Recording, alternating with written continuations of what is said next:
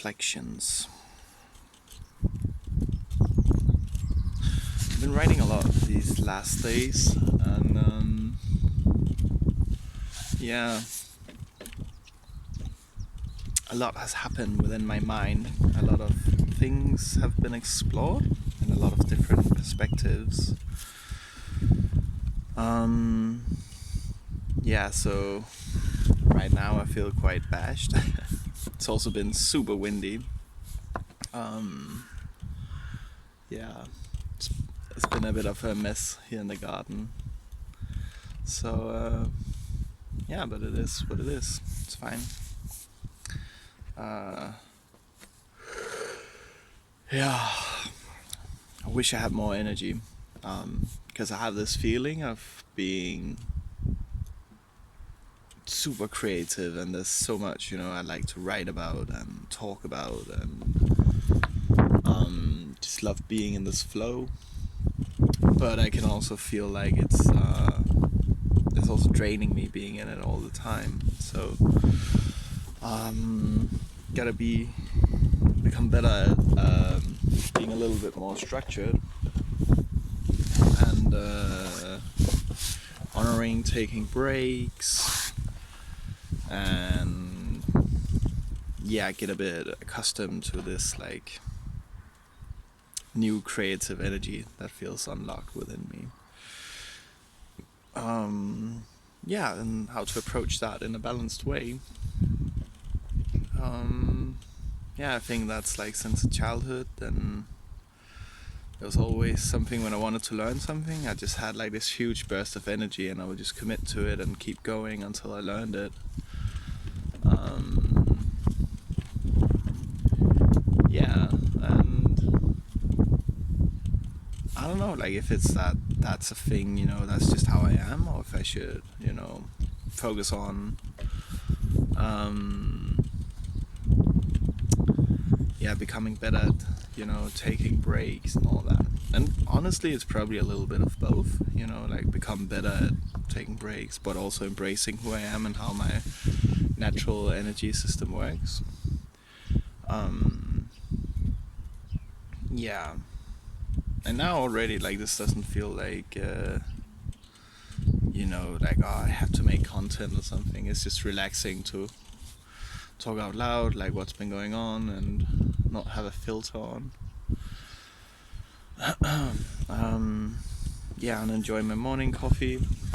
Been doing dishes and cleaning a bit in the garden from like the tiny storm or whatever it was. Like, I mean, my roof up there flew off, so it's laying over by the trash pile that needs to get taken to the trash place. I don't know what you call it, but I need a car for that, and I don't got a driver's license. So yeah.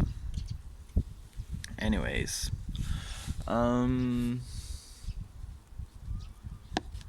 yeah, I've been exploring like different kind of concepts within books to further my understanding of different kind of addictions, and how they manifest in different kind of substances.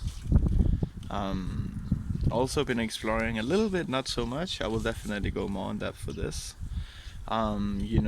About the differences between conscious use, sobriety, sober curious, and like all these kind of fine lines, what the pitfalls are for all of them. Yeah, and to see, where do I fit in that, and how can I honor other people's paths,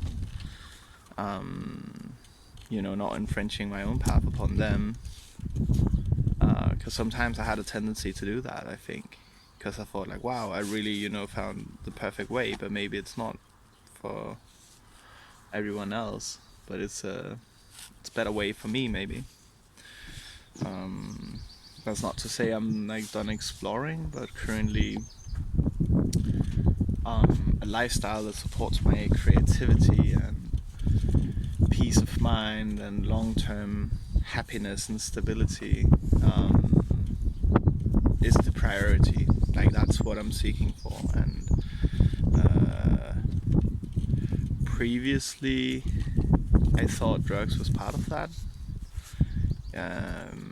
because in some weird way it also gave some stability and a feeling of control, that you could party when you wanted, and that was like, it was controlled chaos in a sense. Yeah, and you chose when the chaos came. At least that's what it felt like. I think now I know a little bit better that on a deeper level actually I wasn't in control of that, but to some other extent I was also choosing to be in that cycle of not being in control of that. So paradoxically I was in control. I don't know, man. Like, it goes pretty deep, I think. Yeah. Else, just sitting here enjoying the sunshine, reflecting thoughts. Yeah. And what else? Oh yeah, I published a book. I don't know, a book in a book. I think it's 20 pages or something. A bunch of reflections and explorations of my own history and my path, like towards my diagnosis of schizotypal personality disorder. Yeah, and how it has been connected to some of the challenges I had, and yeah, and it's been really fascinating, and it's been a deep dive into my own history to see why I made some of the choices I did, like how they shaped me and why it actually made sense, and to view that version of yourself with deep compassion. Like, I think it's very, very healing. Yeah, I have been using AI as a tool like for exploration, and like to refine my words and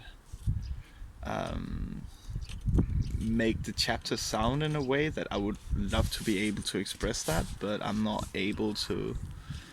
What should you say? Like, I don't have the skills to build a chapter in such a way that it sounds that flowy.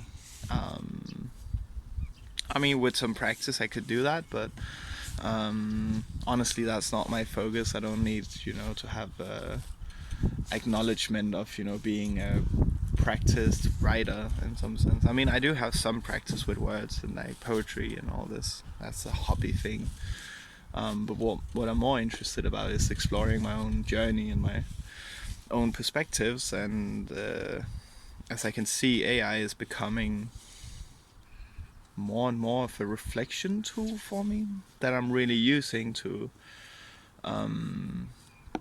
explore different kind of perspectives. And it's a really powerful tool, but it also has its pitfalls, because you can easily become, what should you say, like amplified your biased opinions. But if you're aware of this within yourself, you can also use AI to counter that. So like, you can ask it for counter arguments and to challenge your beliefs and all of this, which is also a great tool for things to consider. And for me that's really helpful in this journey of exploring consciousness and how we relate to substances and what the beliefs are and stuff, because I can easily get sucked into like this feeling of, oh wow, like now, like I made like all these chapters and like all these understandings and explore these kind of different beliefs with various substances, and it can easily feel like, oh okay, like I know the solution now, but there's always like some unseen things and aspects, so there's always more to expand on basically. And that's okay, it's okay. I'm not claiming to be an expert or something. It's more like an what should you say, like an explorative journey of expanding my mind on why people choose the things they do, to understand beliefs. And yeah, because in terms of substances, like really it can be anything, but like there's nothing wrong with, you know, doing substances in itself.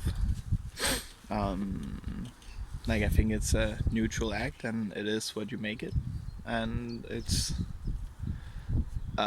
if it's serving your life, you know, and who you are and the way you're shaped in a positive way, you know, it's like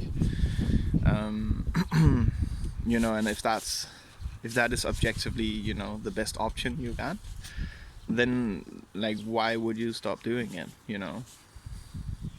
It's more like if that is the truth that I'm curious about, you know, if that is objectively the truth, that that path is the best. Yeah, so that's why I'm exploring, you know, different kind of beliefs. And you know, like a belief could be why, you know, why do you do cocaine, you know? And like if you have the feeling, oh, I do it for the euphoria, then to dive deep down into that topic, you know, where it's like, well, okay, so you want euphoria, and like what does that mean to you? Like, is it confidence, or is it the bodily sensation? And then exploring, like, well, is it real euphoria, or is it just like superimposed? Like, how about, you know, it's a very short-term solution compared to, you know, maybe very intensive exercise, or showering or something, which, you know, in real honest case, you know, might not give you the same intensity of euphoria as a line of cocaine does, but it also doesn't leave you hanging afterwards and give you a crash. And is it something you can build upon, expand that euphoria like the way you do it naturally? And I believe you can. So it's more like a long-term investment choice, where cocaine is just a short-term solution that drains you long-term and makes you more dysfunctional, and it erodes your confidence, in my opinion. I never really, you know, had so much of a thing with cocaine. I just kind of felt, you know, like it was like a really strong coffee, you know, and then sometimes when I took like higher doses, it like also became euphoric and stuff, but I never had this like really big confidence boost where, you know, like I felt like a god or something, that some people have, you know, and that's fine, you know, to like, that's why you get drawn to it, you know. If maybe if you don't have so good self-confidence, and then cocaine supplies that for you, then it's obvious why that becomes attractive. Yeah, so like that's one belief. Like another belief could be, you know, it's like to explore the topic of like, oh, it makes me, you know, feel wealthy, you know, prestigious or something like this. Yeah, like I won't go deep into that right now, but you get the point. Like then it's just a list of all of these things, the reasons why we do it, and then just cutting deep, and, you know, like deep into the core, finding out like, why do we do this, you know? And like, is there better alternatives? Is this the best alternative? And you know, like I might be wrong, you know, this is just my exploration journey, and this is some like these books is kind of what I wanted to find myself on my journey. You know, particularly maybe for some of the substances I was more drawn to, like MDMA and amphetamine, yeah, like something like that. Yeah, like that's interesting. There's plenty of books, like, you know, exploring these kind of beliefs, like with alcohol, with smoking. Like there's Alan Carr's Easy Way Quit Smoking. Annie Grace also made some books. Then there's like, yeah, I haven't read that one, so I'm not gonna mention it. Like I know, but I heard that Dopamine Nation, It's pretty good. I can't remember the author's name. Anna something maybe. Which is on my reading list. Yeah.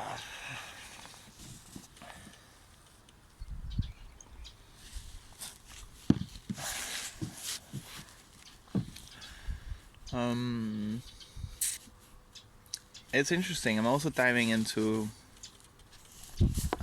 psychedelics and the spiritual traps and beliefs there is around psychedelics, and why, in my opinion, they can also be disempowering, and that you can totally use them wrong. And I think we don't shed enough light on this at all, and that psychedelics is glamorified a lot. Maybe it's just the culture I'm in, and like what I kind of grown up with and all of this, but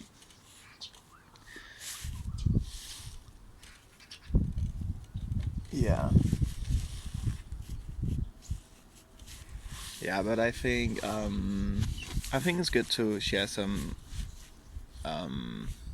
different perspective, because yes, there's good sides to psychedelics, and there's therapeutic ways, and there's very positive ways you can use these kind of things. So of course, like, let's acknowledge that, but let's also acknowledge the very real side, that there's also very negative ways of using this, and that you can still use it for escapism, and just because they're less harmful in the body, and less addictive in at least in physical nature, that you can still use it for avoiding deep trauma work and deep healing, because then you just search for the next ceremony, and it becomes like a cover up. It becomes like a excuse that that you use the psychedelics in this way. So you had a vision about your trauma, and you felt blissful, and you felt like it was revived or like healed, and then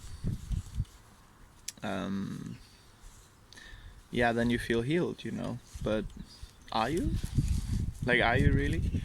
If you need to keep going back for a next ceremony to heal again and again and again, is it a new thing that's coming up? Is the old thing coming up again? Do you have the sensation that you just need, I just need one more ceremony and then it will be properly healed? Because, like, in my opinion, psychedelics, they more show you. They don't do the work for you, they just show you. So if you already know the things you need to work with, then you don't need to keep going back, I think. And if you're using psychedelics recreationally and for bliss and all of that, it's fine. I'm not judging, and I'm also not judging for using it as a cover for like not having to face your traumas or something. I just think that everybody deserves to be honest with themselves and to see what actions they're doing, because if they think an action is doing something but actually is doing something different, and you keep doing that action, it's on a what do you call it,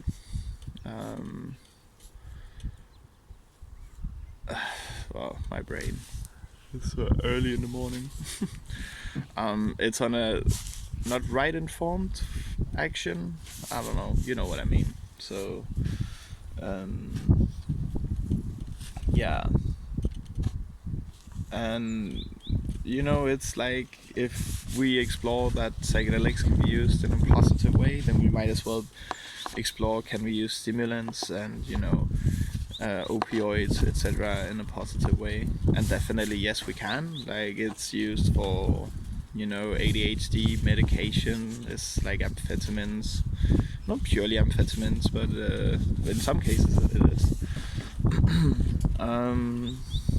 yeah, and like opioids, like obviously is like for pain.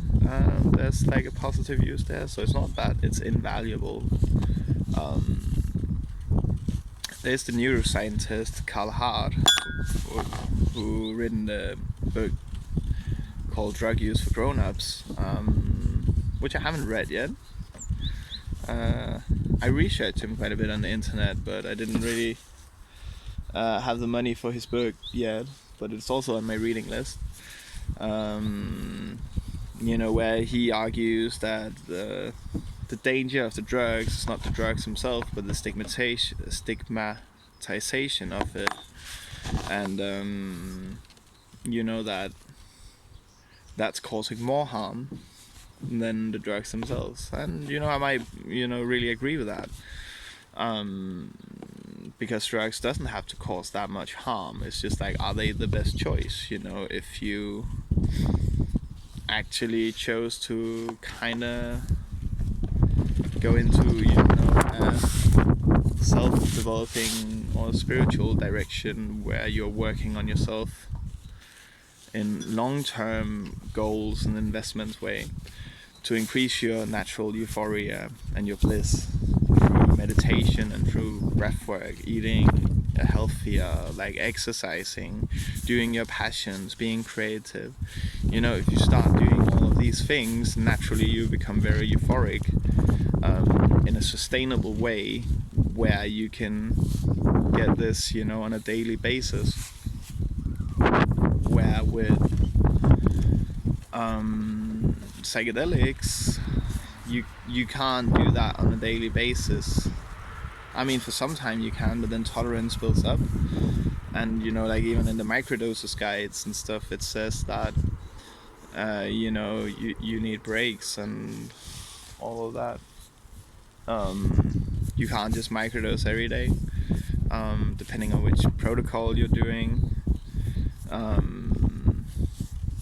I can't remember the days exactly right now, because it is some time since I experimented with that, but I think it was like every third day you do a dose, every third or fourth day. Yeah, and I would say I would definitely vouch for that way more, the microdosing thing, but it is dangerous as well, because you're still disempowering yourself and telling yourself, oh, I need this external thing to make me feel like this, when also in studies it's shown that microdosing primarily is placebo. So yeah, like, if it's placebo, it means you can do it yourself with the right mindset, and the placebo is really strong, which means your mind is really strong with the right mindset. So if we develop our mindset, maybe that becomes a better solution, I guess. Yeah.